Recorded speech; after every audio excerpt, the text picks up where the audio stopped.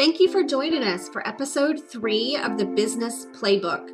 In each episode, we provide business professionals clear, proven strategies for winning at work and moving their organizations forward, all within the time it takes to finish a cup of coffee. I'm Emmy Boyette at the NC Chamber, and today we're discussing STEM education, also known as science, technology, engineering, and mathematics, and the alignment between business and the classroom as we set students up for success after high school. We're joined today by two phenomenal educators at TMSA public charter schools. Zaron Johnson is an 8th grade science teacher at Triad Math and Science Academy in Greensboro, North Carolina.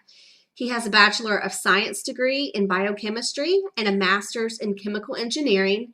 And in addition to teaching, Zaron has been developing STEM programs for youth since 2009 through his nonprofit, United Synergy Solutions. We're also joined by Ahnie Ingram, who teaches pre-AP biology, AP biology, and biomedical sciences courses at Triangle Math and Science Academy in Cary, North Carolina. She's in her 17th year of teaching and is a member of the College Board's national faculty to provide professional development opportunities for other teachers. Ahnie and Zaron, thank you so much for joining us today for our third podcast. It's a pleasure to be here. Pleasure to be here. Thanks for having us. Absolutely. So, we've had decades of research that tells us the value of STEM education. And that's one of the things that TMSA public charter schools really, I think, leans into. But before we dive into that, Zaron, would you mind kind of just giving our listeners an overview of TMSA? So, what is it? How many locations do you have? How many students do you serve? Just so our audience knows. Okay. Yeah, not a problem. I would love to. We are North Carolina's growing network of high-performing nonprofit public charter schools with a more of a STEM, science, technology, engineering, and mathematics focus. We serve more than 3,000 students from kindergarten through 12th grade on 5 campuses. We have a campus in Charlotte, a campus in Cary, and in Greensboro. Another thing is that we're tuition free, so that's definitely good. And we're operated by an independent board of directors. Our first school was Triad Math and Science Academy in Greensboro. It was established in 2008 by a group of public charter school advocates who supported effective, diverse, and well-funded public charter schools in North Carolina. And then, as things always happen, the demand increased, and TMSA Cary in 2012 was birthed, and Queen City for STEM School was birthed in Charlotte 2015. Our newest school, the Math and Science Academy of Apex, will be open in fall of 2022. Wow. Yeah, it's been an amazing journey. Absolutely, and I think that the data really speaks for itself. I saw online that like you said, you all are highly ranked as a public charter school. And also today I heard your superintendent speaking at an event, and he mentioned that you all have so many more applications than you do seats. So obviously, your instruction is really in high demand, and that I think speaks to the value of what you provide. For decades now, we've been hearing about the importance of STEM in education. You all see it daily because you're working day in and day out with these students. So how would you say, Zaron, a STEM curriculum really helps them develop in a positive way? Man, I love STEM. My background is STEM. I give my personal experience. I had a chance to do my first internship at 15 years old at Duke University.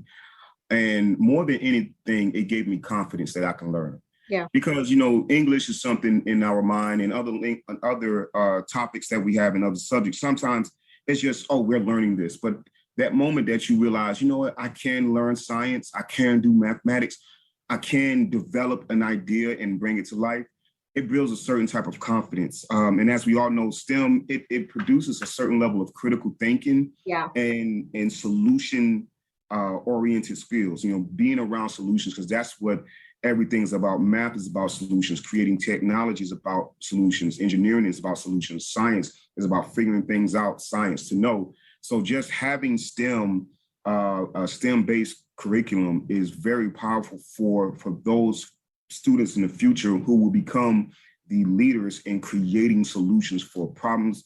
Just those little things that makes everyday life. It all stems from STEM. Yeah, no pun intended, or maybe it was intended. I'm not sure, It Zaron. I don't wasn't know you well enough intended, but yet. I'll take that. Ahnie, Zaron and you are both science teachers. You are a biology teacher for the high school level. How do you see that STEM curriculum helping your students to develop? Yeah, I think at the high school level, like Zaron said, incorporating those skills of problem solving, critical thinking, creative thinking, that's one of the things that surprises my students the most is the amount of creativity that they have to come up with during class, in collaborating, in communicating, and trying to solve these problems. And so, we just try to give them these real world experiences to help them develop those skills and that creativity and critical thinking. Sure. And speaking of problem solving, one of the big problems that businesses are facing right now is that they have so many open positions, but they can't find the qualified talent to fill those positions. We hear it time and time again at the NC Chamber. What we know is that students are entering the workforce and they might not have the skills necessary to perform at a high level right away on the job. And I know that businesses are really eager to be a part of the solution to ensure that school curricula are in alignment with the needs of today's job creators. So what, from the teacher perspective, y'all are on the front lines day in and day out doing such important work.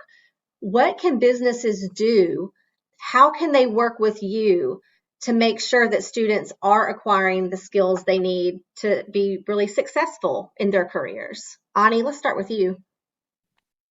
Yeah, I think that the biggest thing that would help would be giving the students opportunities to shadow or intern with businesses when they're young, when they're in high school.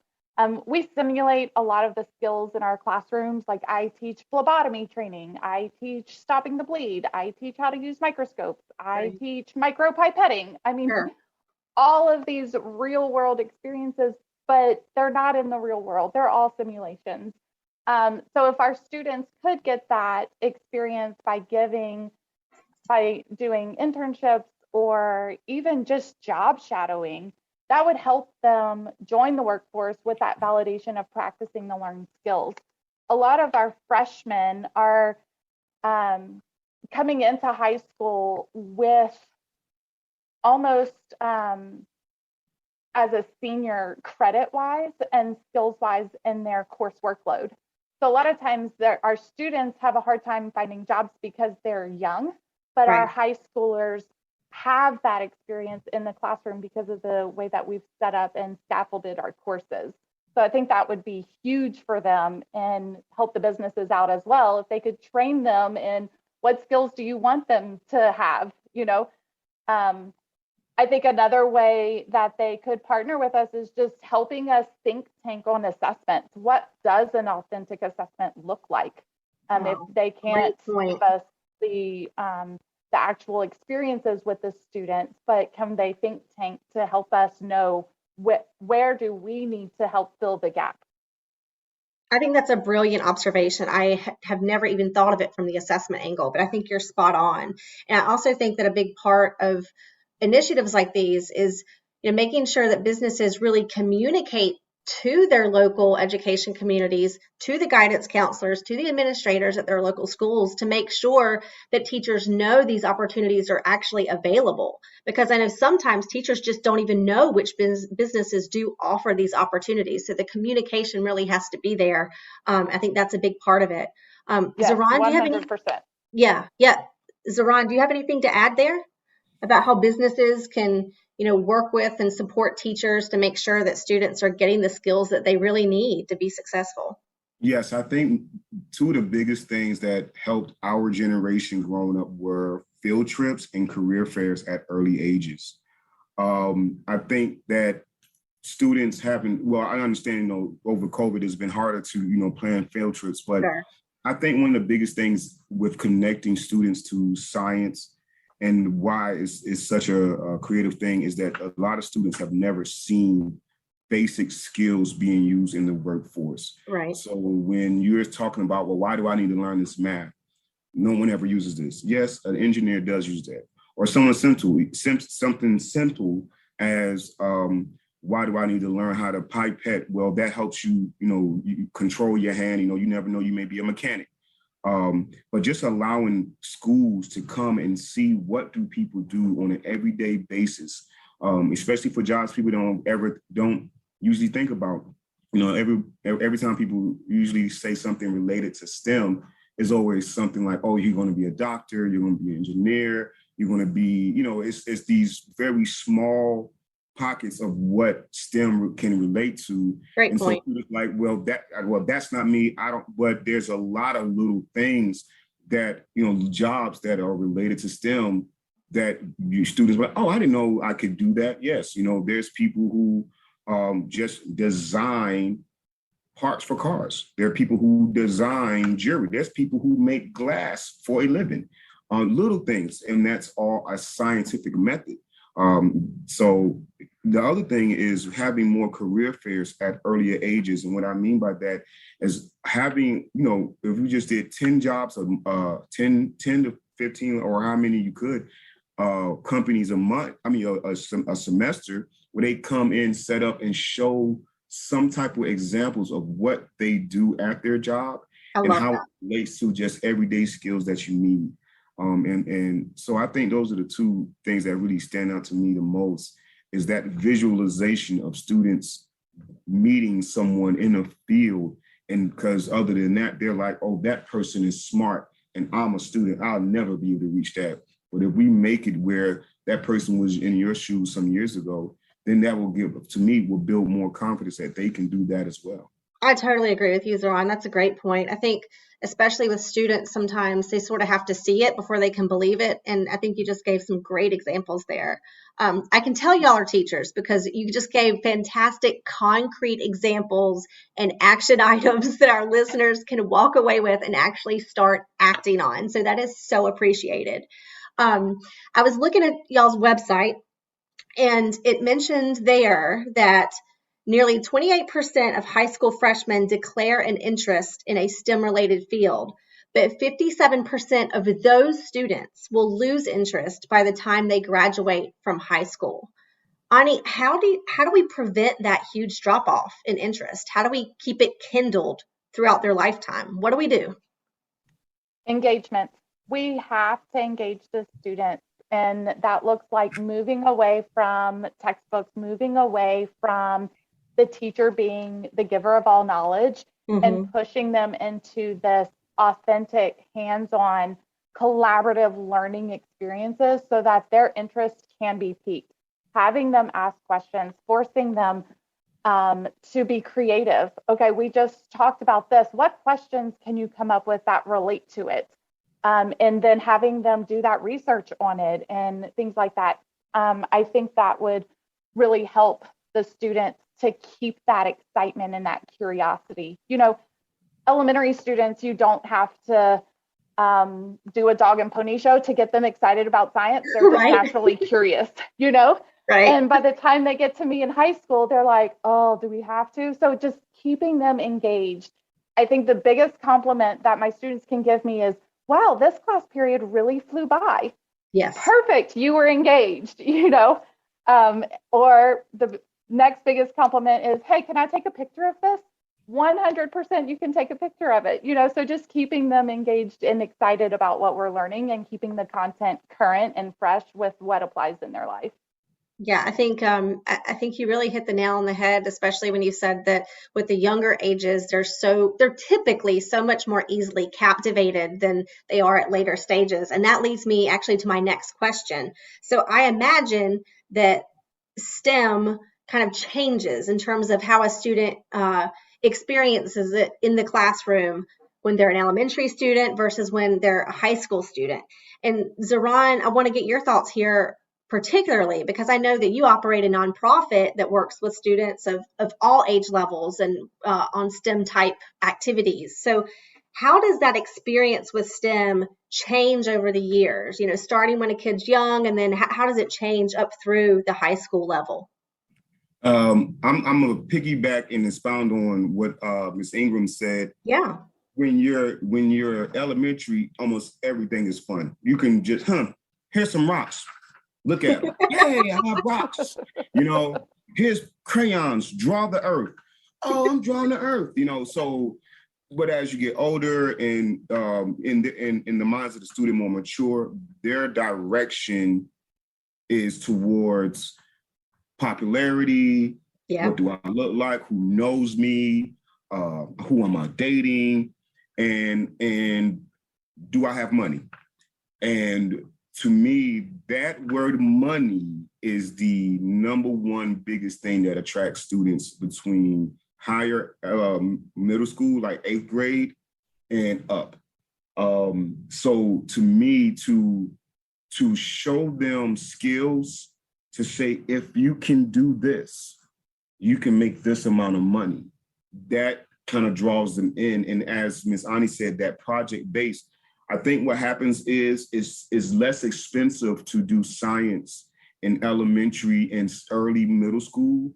But that means that what would happen is that their imagination plateaus of what they can accomplish when it comes down to science if we don't have more funding or hands-on activities to do. It doesn't take a lot, but just providing more experiments and project-based education, that takes materials. It takes things for them to be able to do, places for them maybe even go, that some families cannot afford. So when you're younger, it's, here's crayons, color this or color that. When you're middle school, it's, dissect something and look at the pig, or, so then those are not as expensive as, okay, now, wait a minute, I'm in 10th grade. I know about electricity a little bit more. Well, what do you do with electricity? Now you got to think buying circuits, buying wires, so, giving them things, putting a little more money towards higher end thinking materials. Well, I think you just gave another great example of how businesses can step in, right? Yes. Reach out to your local school systems or community colleges, ask them what supplies they need, and see how you can kind of enrich the classroom experience through that sort of support. I think that's another, I don't want to say easy way for businesses to step in, but it's a very clear and obvious way that they can help. Any surplus materials, or anytime you upgrade any new materials, and well, what do I do with this? I don't give it to the schools. That's just give it to them. I hate to say like, oh, and it's a tax write-off, but just in the spirit of the fact that it can be little things, man. When I say just wires, just any old wires that you don't use, or like companies that throw away that's scrap metal, that has to throw away scrap metal or throw away concrete pieces, or all that stuff is stuff that you can take to the classroom and just test on it. Absolutely. And I'm glad that you specified like some examples of what can be donated, because sometimes, like you said, a business might think that they're just tossing out junk when it could actually be repurposed or used by a school system that needs it. I do want to jump real quickly back to something we already talked about a little bit, and that's the soft skills argument, because those are things that every employer needs across the board, regardless of industry. And I know that both of you already mentioned sort of, the collaboration and critical thinking, but, just offhand, are there any other soft skills that you think are particularly well developed through a STEM curriculum? Yes, let me jump right in on this one. We've talked about the collaboration. That's so important, especially in science. There's not a day that doesn't go by in my class where students are not communicating to each other and giving peer feedback to each other. And I'm very important to point out to them that this is feedback and they were trying to communicate something, and this is what their listener heard. And so if their listener didn't hear what they wanted to communicate, then they need to make some adjustments to their communication. So I think that's just one big piece, is that communication piece, but also especially in today's society, it's extremely important that they are empathetic and have empathy. And so that's something that we talk about a lot in our class, especially in dealing with science. And there's not always a black and white answer to everything. There's some gray, there's some middle ground. And so we have to start off by respecting our peers and being able to empathize with others in order to have those meaningful, deep conversations. And maturity ties right into that. They have to be able to handle those sensitive topics when discussing certain issues in science, or even just maturity in handling lab supplies. Sure. Like, don't break the equipment, Sure. in order to maintain these rigorous expectations that we have for them. Ahnie, I feel like there are probably people listening to the podcast now who want you to come in and teach their employees, especially with regard to the giving and receiving of feedback and empathy.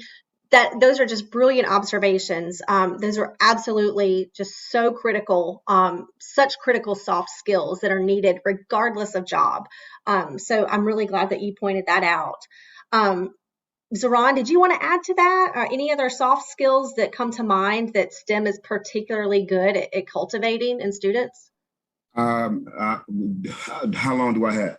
Let's just maybe pick one. Yeah, one of my favorites that sticks out to me the most is perseverance, determination, like all those things when your experiment goes wrong, when learning to stick to something no matter how many mistakes you make, no matter how long it takes to accomplish it.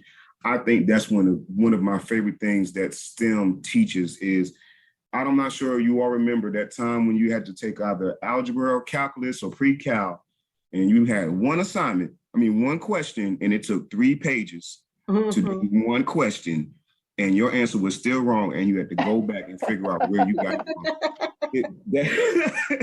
So that perseverance and determination and definitely creativity is something that I think STEM is very powerful for. Absolutely. It's a perfect answer. It's absolutely applicable to any job, any industry, no matter what you do. With the few minutes that we have left, I want to remind both of you that we have this captive business audience who's listening to our conversation right now. And I think that you two have, honestly, the most important job that there is. I don't think you're thanked enough. I don't think you could possibly be thanked enough for what you do. But is there any sort of message that you want to directly give to our business audience who's listening right now on ways that they can support you, support education in general, and just help students along in their careers and as they finish up their school experience? Zaron, you want to start with that one? Yes. Well, I know specifically TMSA Greensboro, we're working on a career fair for the end of this year, where we do want companies to come in and set up, a table or even do it virtually. Oh, great. You said that's the Greensboro location? Yes, the one in Greensboro, we'll be doing that. So, the other thing is just in general, if they can reach out to us, definitely just doing virtual meetings and just talking to the students. Sure. That's something I would love. I actually have a Sign Up Genius sheet coming out next week about that. So definitely just come talk to the students and tell them, the ups and downs of your careers. Right. That's just an additional touch point. It's another way for students to see that what they're learning is actually going to be used someday. So I think those are great opportunities for businesses. Just to reiterate for those who are listening, Zaron, he mentioned that there will be a career fair that TMSA is hosting in the Greensboro area. I will post some contact information along with this podcast if you are interested in connecting with TMSA on that career fair. Ahnie, any message that you would like to convey to our business listeners before we wrap up today?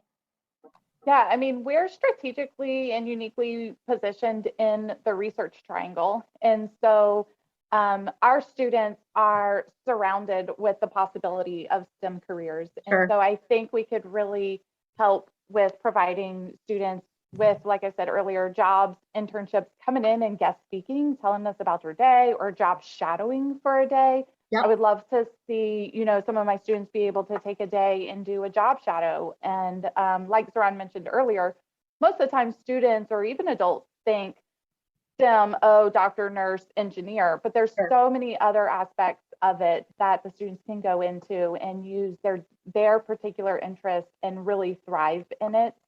And so, just given the classroom experiences that I tried to create, I'd love to see the students have some real world experiences in the businesses and just really fill in those gaps for them so that our students are ready to enter the task force and can enter the task force. Our students have a hard time finding jobs. But I think if they understood, hey, we're trying to prepare them, let's work together in partnership, right. Because we also want the same thing. Their life does not end when they leave our school when Sure. they graduate. We want to make sure that they are productive citizens and workers too. I think you all have really just given so many great concrete ways that our listeners can engage with, either you or wherever they happen to be, their local school systems, to really make the overall education experience more in alignment with what the real world demands, but also just more authentic and more enjoyable, and hopefully even a little easier for educators who already have so much to juggle at one time. I want to thank you both for joining me today and for this wonderful conversation. For those who are listening, to recap, this was Zaron Johnson, who's an 8th grade science teacher at Triad Math and Science Academy, and Ahnie Ingram, who's a biology teacher at Triangle Math and Science Academy in Cary. Thank you both so much. Thank you. Thank you. It was a pleasure. Thank you for tuning in to this month's edition of the Business Playbook. At the NC Chamber, our mission is to research, develop, advocate, and communicate for solutions and policies that produce a nationally competitive business climate in North Carolina. For more information on how the NC Chamber can advocate for your business, visit ncchamber.com.